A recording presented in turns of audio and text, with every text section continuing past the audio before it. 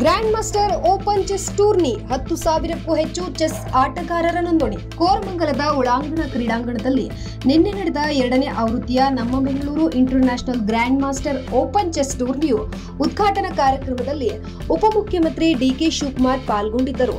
ಬಳಿಕ ಡಿಕೆ ಶಿವಕುಮಾರ್ ಮಾತನಾಡಿ, ಈ ಟೂರ್ನಿಯಲ್ಲಿ ಸುಮಾರು 10,000ಕ್ಕೂ ಹೆಚ್ಚು ಚೆಸ್ ಆಟಗಾರರು ನೋಂದಣಿ ಮಾಡಿಕೊಂಡಿದ್ದಾರೆ. ಗ್ರಾಮೀಣ ಭಾಗದಲ್ಲೂ ಇಂತಹ ಟೂರ್ನಿ ಆಯೋಜಿಸಿ ಆ ಭಾಗದ ಮಕ್ಕಳಿಗೂ ಪ್ರೋತ್ಸಾಹ ನೀಡಬೇಕು. ಚೆಸ್ ಆಟವನ್ನು ಮೈಗೂಡಿಸಿಕೊಂಡ ಮಕ್ಕಳು ಶಿಸ್ತು ಕಲಿಯುತ್ತಾರೆ. ಚೆಸ್ ಆಟದ ಮೂಲಕ ವಿಶ್ವನಾಥನ್ ಆನಂದ್ ಹಾಗೂ ಇತ್ತೀಚಿನ ದಿನಗಳಲ್ಲಿ ಗುಕೇಶ್ ಅವರು ದೇಶದ ಹೆಸರನ್ನು ಅಂತಾರಾಷ್ಟ್ರೀಯ ಮಟ್ಟದಲ್ಲಿ ಖ್ಯಾತಿ ಪಡೆದಿದ್ದಾರೆ ಎಂದರು.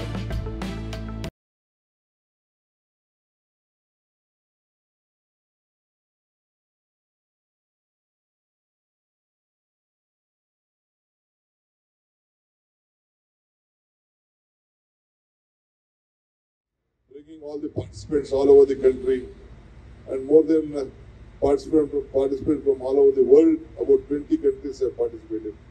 This is not a number. It is the confidence what we restore in everyone is important. So, all of you, under the leadership of all the senior leaders in this chess, you all have joined, and various former our IAS officers also have helped in this great issue. Anyway, once again I would like to, this is not a one-day event. When I spoke to the Honorable Chief Minister that a place has to be given, we wanted to have it in Kanpur Stadium, but some renovation work is going on.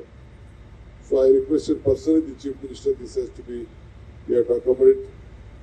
ಪೂರ್ತಿ ಸುದ್ದಿ ಅಥವಾ special ವಿಡಿಯೋಗಳನ್ನ ನೋಡಲು ಹಿಂದೆ ನಮ್ಮ Kannada Janashree YouTube channel ಅನ್ನ ನೋಡಿ, ಜೊತೆಗೆ ಲೈಕ್, ಶೇರ್, ಸಬ್ಸ್ಕ್ರೈಬ್ ಮಾಡುವುದರ ಮೂಲಕ ನಮ್ಮನ್ನ ಪ್ರೋತ್ಸಾಹಿಸಿ.